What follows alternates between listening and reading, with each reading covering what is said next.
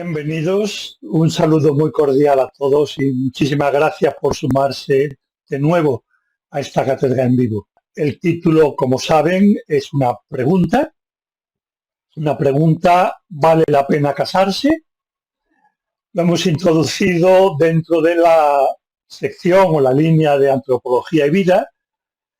porque en la segunda sesión sobre este tema, no en la de hoy, entraremos en algún concepto un poquito más claramente antropológico que nos ayude a esclarecer la cuestión.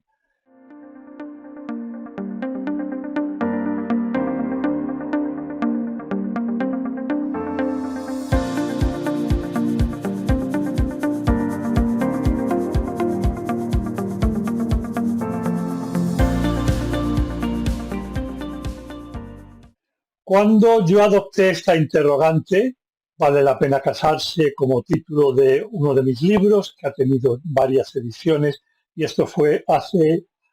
15, 18 años aproximadamente,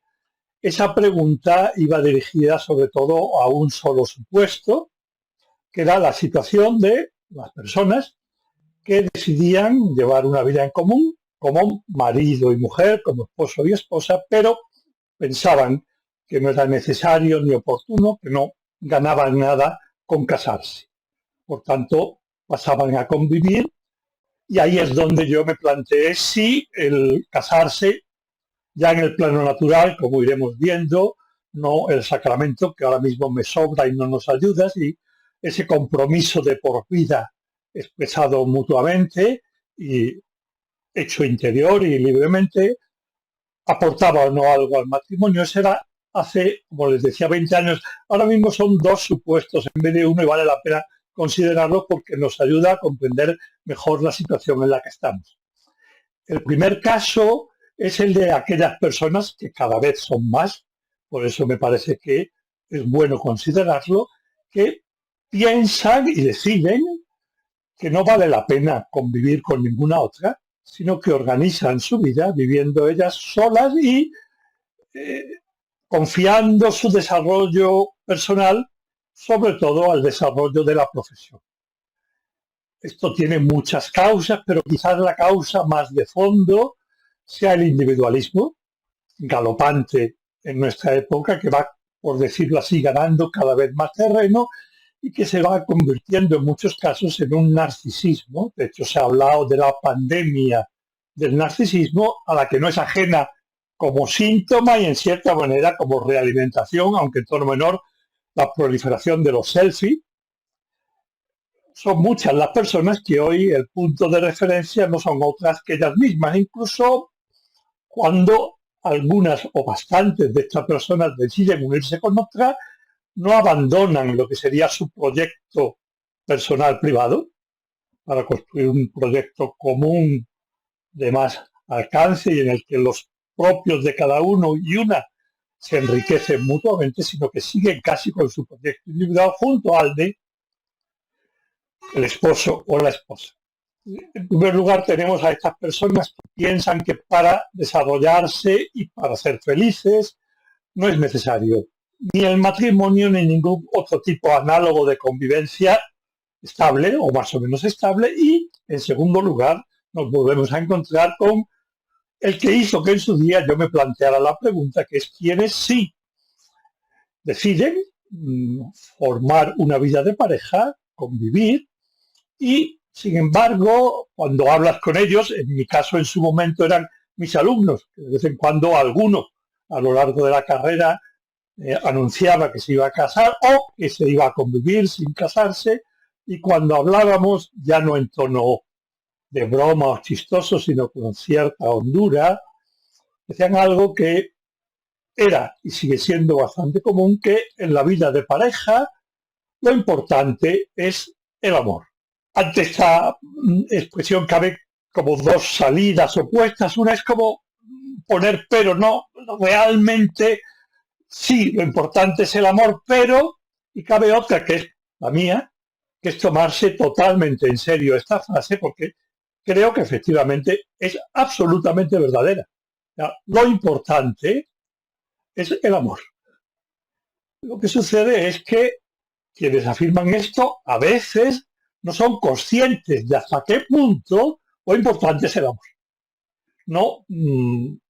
piensan, viven, no tienen la madurez necesaria para darse cuenta de que efectivamente lo importante es el amor, hasta el punto que podría afirmarse que lo único realmente importante, lo único realmente importante en cualquier vida humana, en cualquiera, lo único realmente importante es el amor.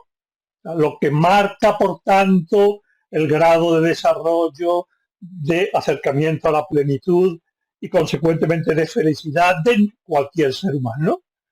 es el despliegue, el incremento, la mejora de su capacidad de amar. Por tanto, más que poner pero a la afirmación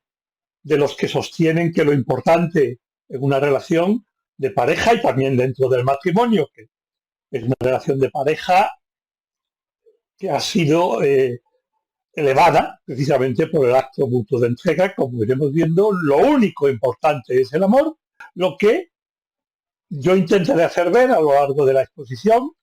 de esta y la sesión siguiente es que por eso, precisamente, porque lo único realmente importante en una familia y dentro de un matrimonio es el amor recíproco, por eso precisamente es imprescindible hacer ese acto mutuo de entrega al que habitualmente llamamos casarse. Estas dos frases y estas dos convicciones, que en la vida del ser humano lo único realmente importante es el amor, como primera, y segunda, que por eso es imprescindible casarse si se quiere llevar una vida de pareja plena. Esas dos convicciones van a dar origen a dos sesiones distintas. En la primera voy a intentar hacer ver hasta qué punto estimo que es verdadero y relevante la afirmación de que lo único que realmente importa en cualquier vida humana es el amor. Este será el tema de la sesión de hoy, aunque con frecuentes referencias al matrimonio, porque está en el telón de fondo. La pregunta que me ha llevado a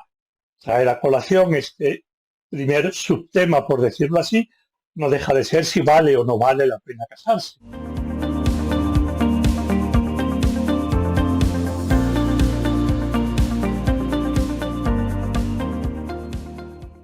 Para advertir hasta qué punto el amor es lo único importante, se podría acudir al testimonio de muchas autoridades y casi del sentir general. Yo he traído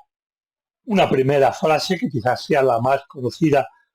de todas en este contexto, que es de San Juan de la Cruz, muy repetida porque viene muy a cuento, que es: al atardecer se te examinará en el amor. Habitualmente, cuando se cita de memoria, solemos decir: al atardecer de tu existencia, al término de la vida, se te examinará del amor. En el fondo, pienso que es aplicable tanto al atardecer de cada día, donde el propósito, lo hemos comentado en otras cátedras, por lo menos el mío, es terminar ese día más enamorado de Lourdes, y por tanto, al final del día, en lo que voy a examinarme si todo ha contribuido a mejorar mi capacidad de amar por el conducto reglamentario, que es dejando a Dios como en primer lugar absoluto, pero es principalmente a través de Lourdes. Si al final se nos va a examinar del amor y solo en el amor, que San Juan de la Cruz no lo dice expresamente en esta frase, pero se sobreentiende a raíz de lo que dice, se nos va a examinar en el amor y solo en el amor. Está claro que el amor es lo importante y que no hay que perder nunca de vista que lo único que va a sumar o restar en la cuenta final de resultados de cada día, de cada temporada y de toda la existencia humana es precisamente el amor. El propio San Juan de la Cruz en otros textos lo afirma una y otra vez, esta misma idea, que para este fin de amor fuimos creados. Fuimos creados para amar y para ir incrementando nuestra capacidad de amar. Otra persona que expresa lo mismo de manera negativa y también con mucha fuerza, y es una frase a la que yo me he remitido desde que empecé a trabajar en este tema del amor, es Søren Kierkegaard, un autor danés de hace aproximadamente siglo y medio, que tiene un libro precioso que se llama Los actos o las obras del amor, una auténtica maravilla, y donde dice algo desde la perspectiva negativa, un poco más fuerte por la expresión, que lo que sostiene San Juan de la Cruz. Engañarse respecto al amor, y en su día, cuando tratemos del amor, explicaré los muchos modos en que puede entenderse este engañarse respecto al amor. El primero es no saber realmente qué consiste amar. El segundo es sabiéndolo, no ser leal al propio amor, en la vida en común poner zancadillas, en la vida profesional. Dejemos la idea, engañarse respecto al amor es la pérdida más espantosa, la más fuerte que puede darse. No es tanto que yo me equivoque de profesión o que me equivoque en la elección del lugar donde voy a vivir con mi familia, o podríamos poner elecciones que son relativamente importantes en la vida humana, o algunas de ellas muy importantes, pero que no son la elección crucial donde me lo estoy jugando todo, donde me lo juego todo, es precisamente en sí, sea cual fuere la elección que yo haga, procurando que sea la mejor en función de mis circunstancias, a través de ella consigo o no consigo más. Por eso, el no saber o no poder, finalmente el no haber amado, es una pérdida eterna, y esta afirmación es muy fuerte, para la que no existe compensación, sostiene Kierkegaard. Yo habitualmente hago una especie de corchete y añado si uno no rectifica, porque la libertad humana nos da la capacidad maravillosa de rectificar, y rectificamos todos. Muchas veces al día rectificamos fundamentalmente cuando nos damos cuenta que nos estamos engañando respecto al amor, nos estamos desviando, pero si no rectificáramos, engañarse respecto al amor, no amar, es una pérdida para la que no existe compensación. No hay nada que pueda suplir a ese no haber amado en la balanza, ni a lo largo de la vida, ni en la eternidad, ni en la otra vida.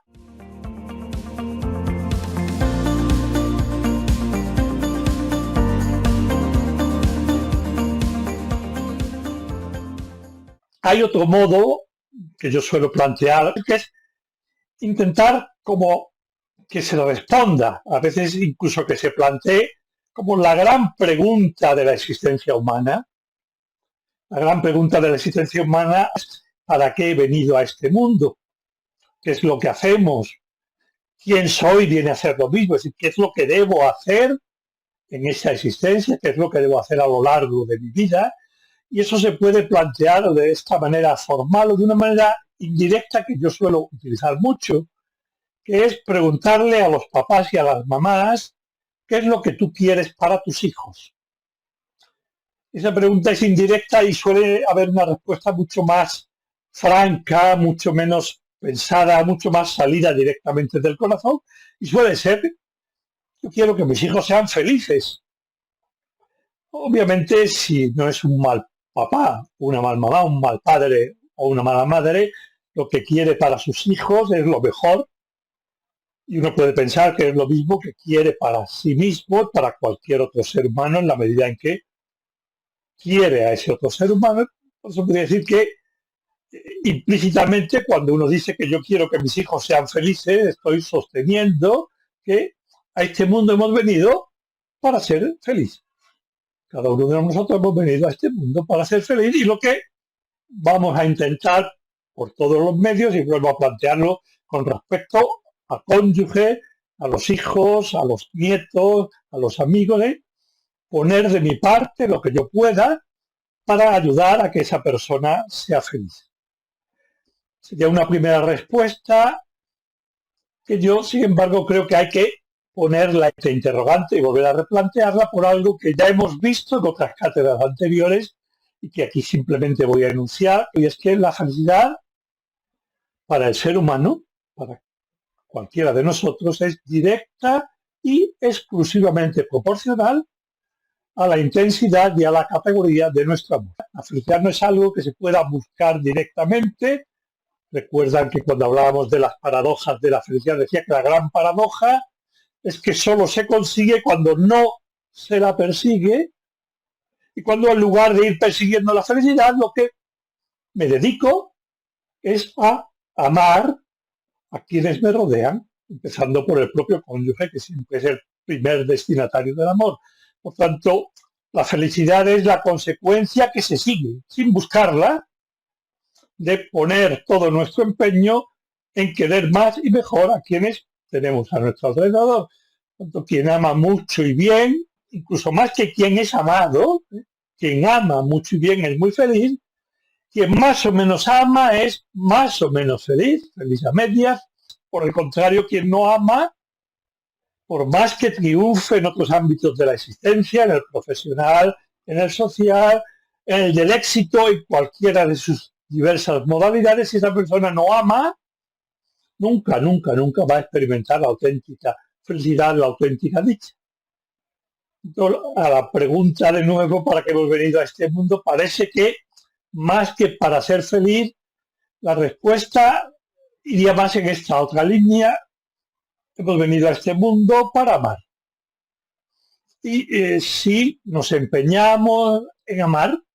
en querer más a quienes tienen alrededor, cuando uno se entrega a la nobilísima y maravillosa tarea de amar, de buscar el bien de quienes le rodean,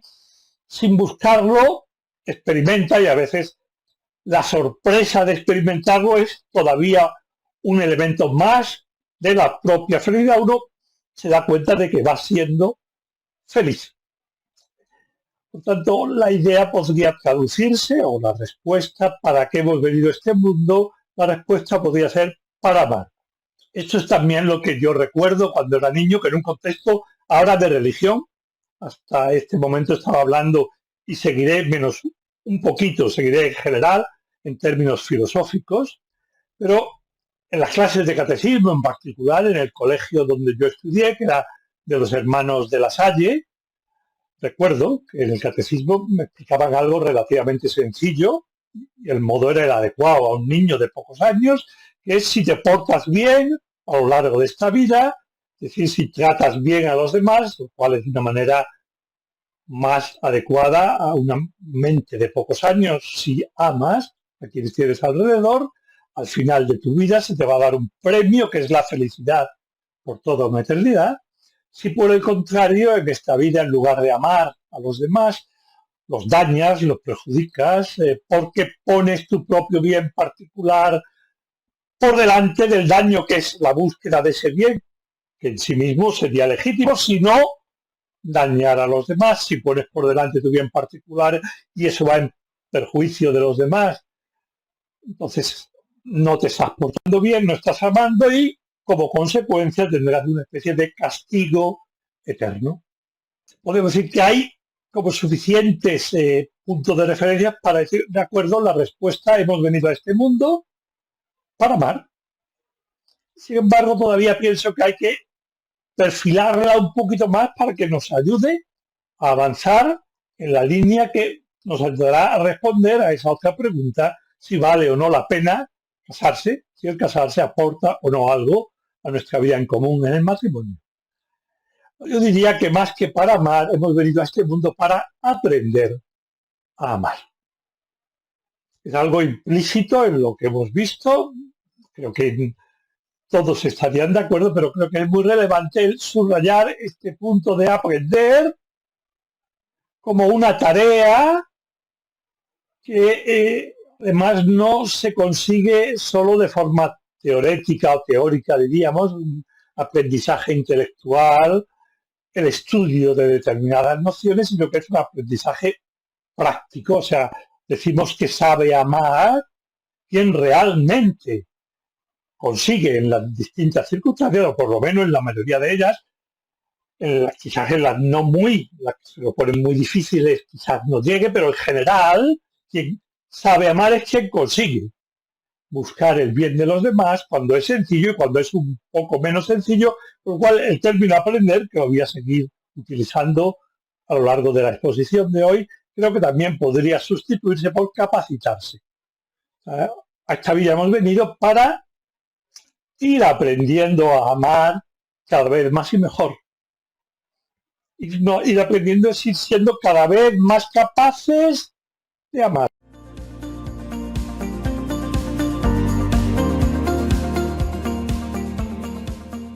Sí, una vez afirmado esto,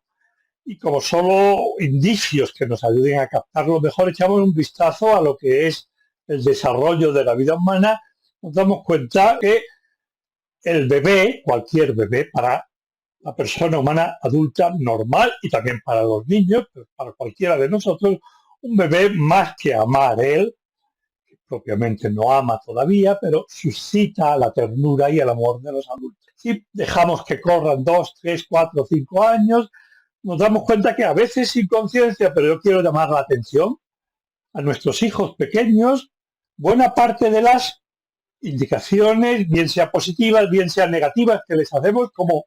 modo de educarlos, son sugerencias o prohibiciones que en el fondo están encaminadas a que el niño sea un niño que no sea un egoísta o que esté más pendiente de los demás, que comparta lo que tiene con los otros, que tenga cuidado de no gritar porque molesta, o al contrario, que esté más pendiente del hermano pequeño, o del abuelo, o de mamá, que está cansada y por tanto requiere más mimos de tu parte, porque mamá se pone muy contenta cuando tú estás con ella. La mayoría de las sugerencias educativas que hacemos a nuestros hijos, en el fondo, van enderezadas a enseñarles a amar más y mejor. Diría más, las mejores sugerencias, aquellas con las que no nos equivocamos, son precisamente las que tienen como objeto el ayudar a nuestros hijos a que sean personas que saben amar más y mejor. Cuando nos metemos ya en la adolescencia, con mucha frecuencia nos da la impresión, que hasta cierto punto es correcta y en parte no lo es, de que nuestros hijos han perdido incluso aquella capacidad de ocuparse de los demás que habían desarrollado en los años anteriores,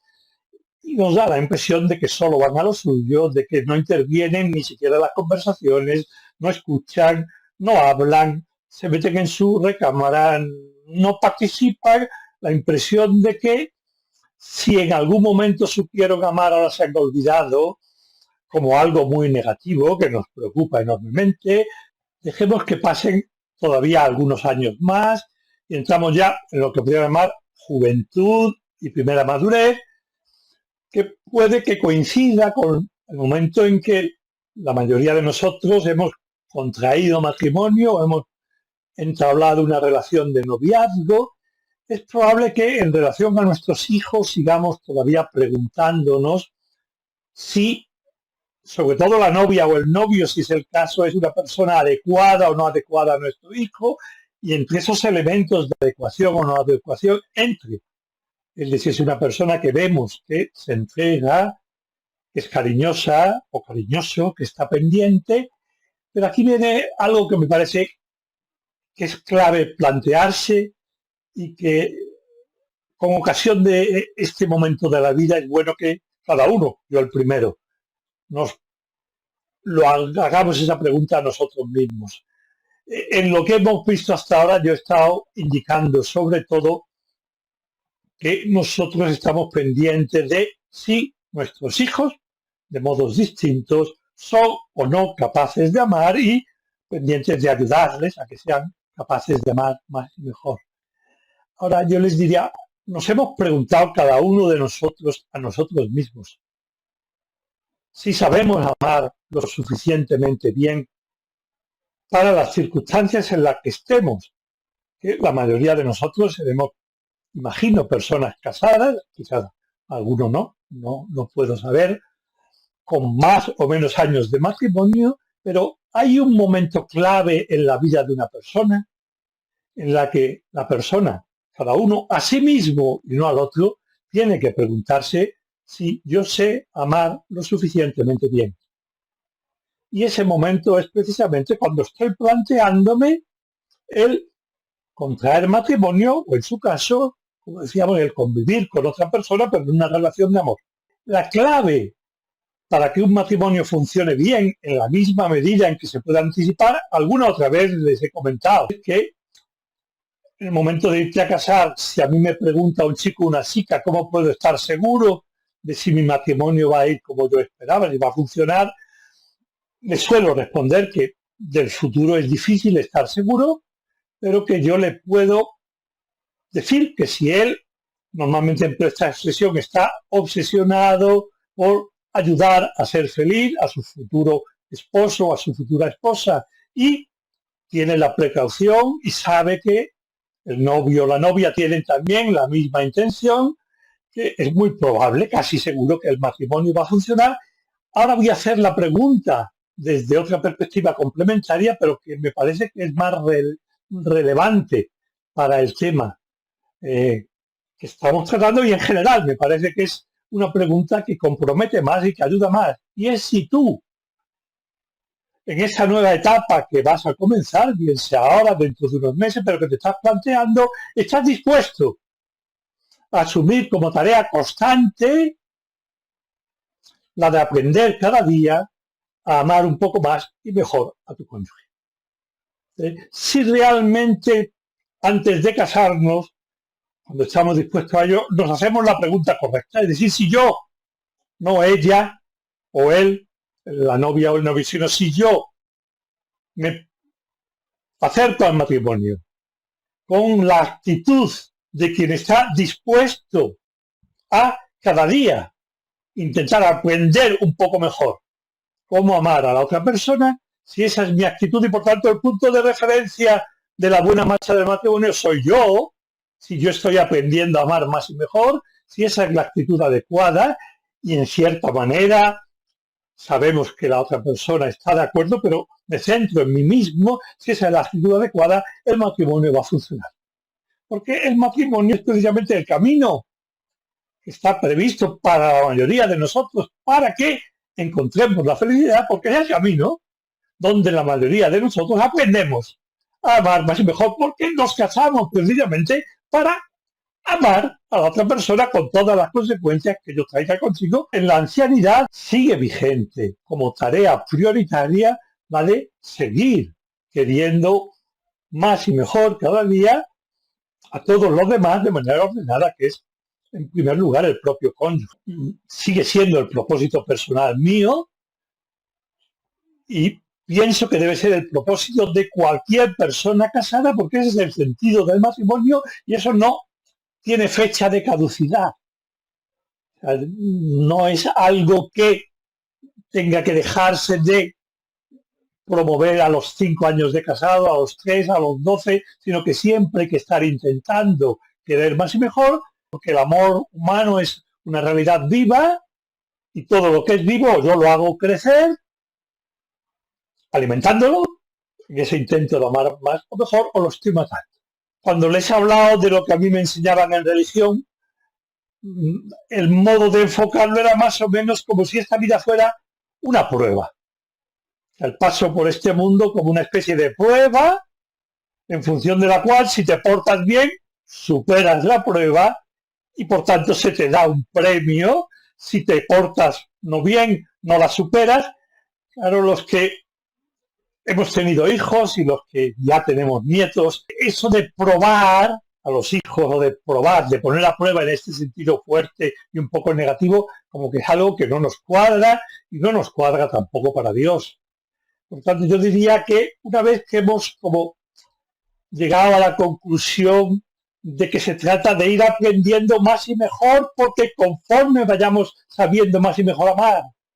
seremos más felices, podemos responder y decir que el paso por este mundo, o la vida en la tierra, es la gran oportunidad que se nos brinda a cada uno de nosotros para ir amando más y mejor, todo que ya en la tierra, aquí, vayamos siendo más y más felices, y ahí sí empalmaría con lo que, de nuevo apelando a la fe decían los hermanos de La Salle, a término, cuando llega el momento de dejar este mundo, habiendo dilatado las fronteras del corazón, con ese ejercicio de amar y mejor, más y mejor, nos quepa más Dios en el alma, por decirlo de esta manera, que creo que se entiende, y seamos más felices por toda la eternidad.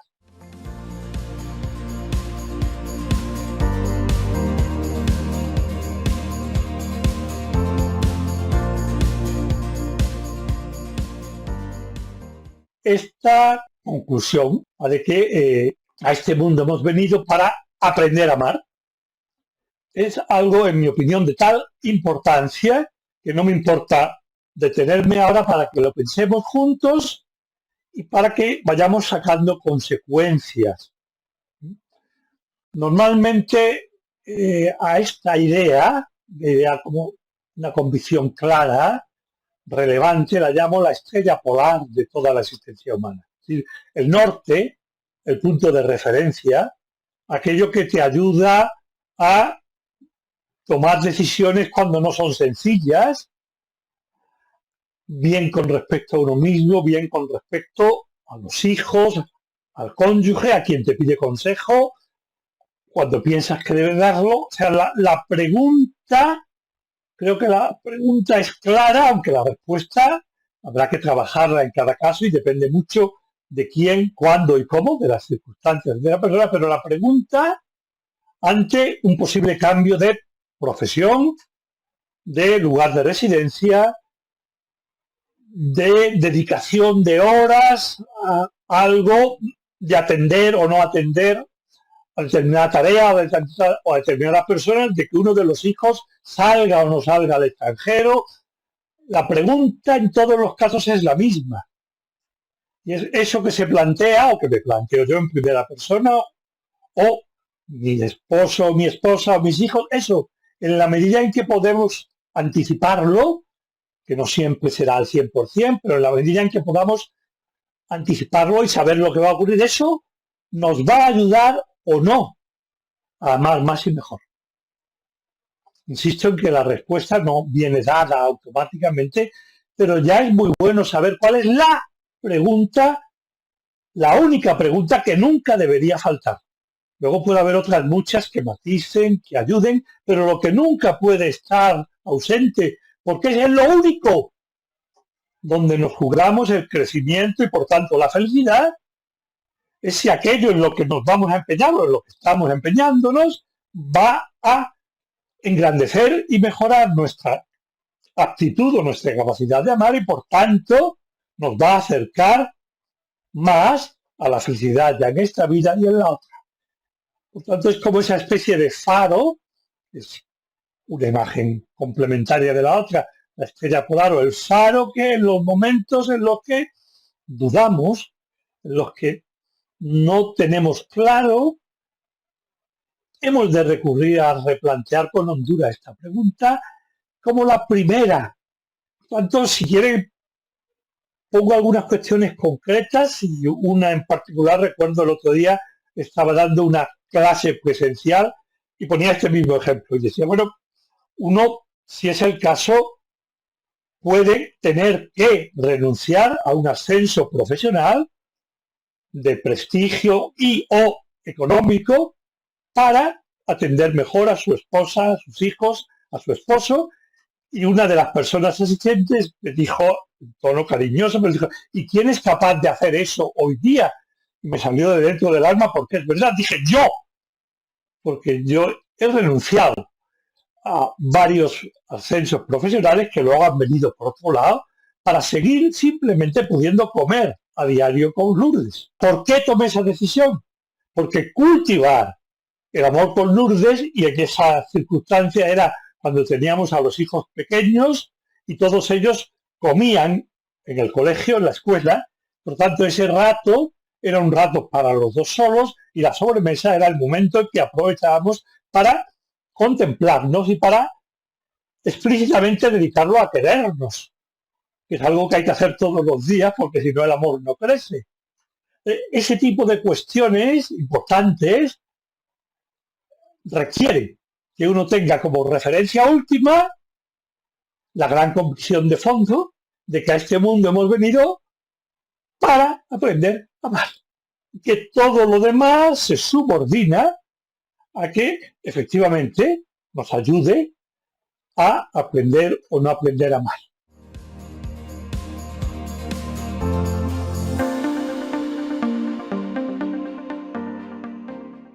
Si eso le damos toda la importancia que tiene, a que lo único realmente importante es aprender a amar cada vez más y mejor, esto tiene consecuencias, por una parte, negativas, que son como muy tajantes, pero muy esclarecedoras, y que yo las resumo en una sola frase muy fuerte. Pero les pido que se la tomen en serio, al menos para considerarla, porque es relevante y significativa. Todo lo que en nuestra vida, todo lo que en nuestra vida no convirtamos en amor, a lo largo de nuestro día, de nuestra semana, de nuestro año, de la vida entera. Todo lo que no convirtamos en amor es inútil. Aunque nos haya llevado a triunfar, aunque haya halagado nuestro yo, aunque nos haya puesto contentos, porque hay muchas cosas que ponen contentos, que no te ayudan, sin embargo, a amar más y mejor, todo lo que no convirtamos en amor es inútil o incluso dañino. O sea, al final, retomo la idea de San Juan de la Cruz, se nos va a examinar solo en el amor. Por tanto, una actividad del tipo que fuere, que no sea transformada en amor, es una actividad que no aporta nada a nuestro crecimiento propiamente humano, por consiguiente a nuestra felicidad, nuestro desarrollo como personas, a la cual va unido, conforme vamos siendo mejores personas, nos vamos experimentando más plenos y más felices y, si queremos, en la línea ya positiva, que me parece mucho más relevante, cabría decir que la existencia humana, la de cada uno de nosotros, tiene como dos grandes objetivos, dos, que son más bien dos líneas de objetivos que, como ven en la imagen de la pantalla, no son paralelas, sino que son coincidentes. Simplemente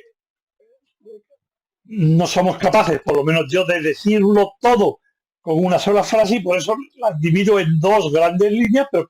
repito, que se entrecruzan entre sí, que son convergentes y que constituyen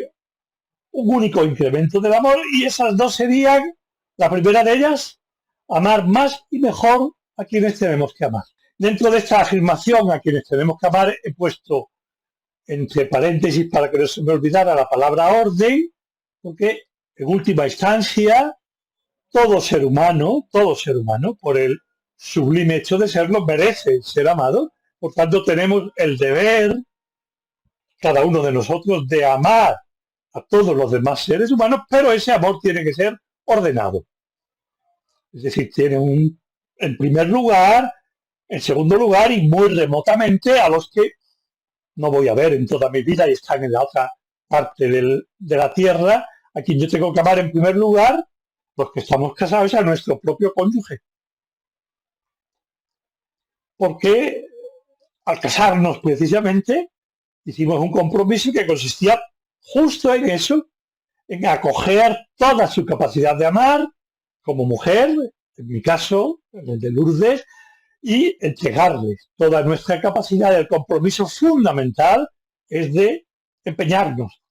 en amar a esa persona más y mejor todos los días. Y esto es una vía que tiene un complemento para entenderlo, que no es distinto, pero es convertir en amor todo lo que hacemos. Esa es la tarea de nuestra vida. Por eso al final se nos puede examinar solo del amor, sí, porque si no hemos ido convirtiendo en amor todo lo que hacemos, eso que no hemos convertido no cuenta, es como si no estuviera presente. Y uno entiende que al final, como antes decía, al término de nuestra existencia, nos vamos a convertir, una expresión que me gusta utilizar mucho, en unos interlocutores del amor de Dios por toda la eternidad. De cierta manera, vamos a ser como un acto de amor hacia el amor de Dios, un acto que será mayor o menor y por tanto nos hará más o menos felices en función de lo que hayamos desarrollado nuestra capacidad de amar. La pregunta que vendría a continuación es si este todo, convertir en amor todo lo que hacemos, no es un todo que pueda ser excesivo. Es decir, todo lo que hagamos hay que convertirlo en amor. La respuesta que me imagino que la mayoría tiene ya presente es que todo lo que sea legítimo. ¿Ya? No podemos convertir en amor, sé que es un ejemplo que pongo a menudo y que seguro que ya ha salido, el tráfico con estupefacientes o miles de cosas en la misma línea, el robo, el fraude, por mucho que lo hagamos con perfección técnica, como no es legítimo, no es algo que sea convertible en amor. Todo lo legítimo puede y debe convertirse en amor. Con esto lo dejo en el día de hoy, como subrayando mucho esta idea de que lo único realmente importante en la vida de un ser humano, lo único realmente importante es efectivamente el amor. Y añadiendo, y lo retomaremos ahí el próximo día, que el camino maestro para la gran mayoría de las personas, haciendo ese camino, a través del cual desarrollaremos nuestra capacidad de amar, es precisamente el matrimonio. Porque es la única institución, como alguna otra vez ya he apuntado, que está, por decirlo así, pensada para hacer nacer, mejorar, incrementar el amor entre dos personas y que ese amor se desborde en los hijos y en las familias del entorno. Llegados aquí, y como de costumbre, agradezco muy sinceramente que hayas aguantado hasta el final. Te recuerdo que puedes encontrar más información sobre estos temas en la web de Tu Familia y mucho más amplia y honda en los cursos que ofrecemos desde ella. Si el vídeo te ha interesado y quieres seguir recibiendo información sobre nuestras publicaciones, te sugiero que te inscribas al canal y actives la recepción de notificaciones con las novedades. Y ya puesto, si te parece, podrías darle al like, así nos ayudas a llegar a más personas e incluso compartir el vídeo con algunos de tus amigos. De nuevo, gracias y un gran abrazo.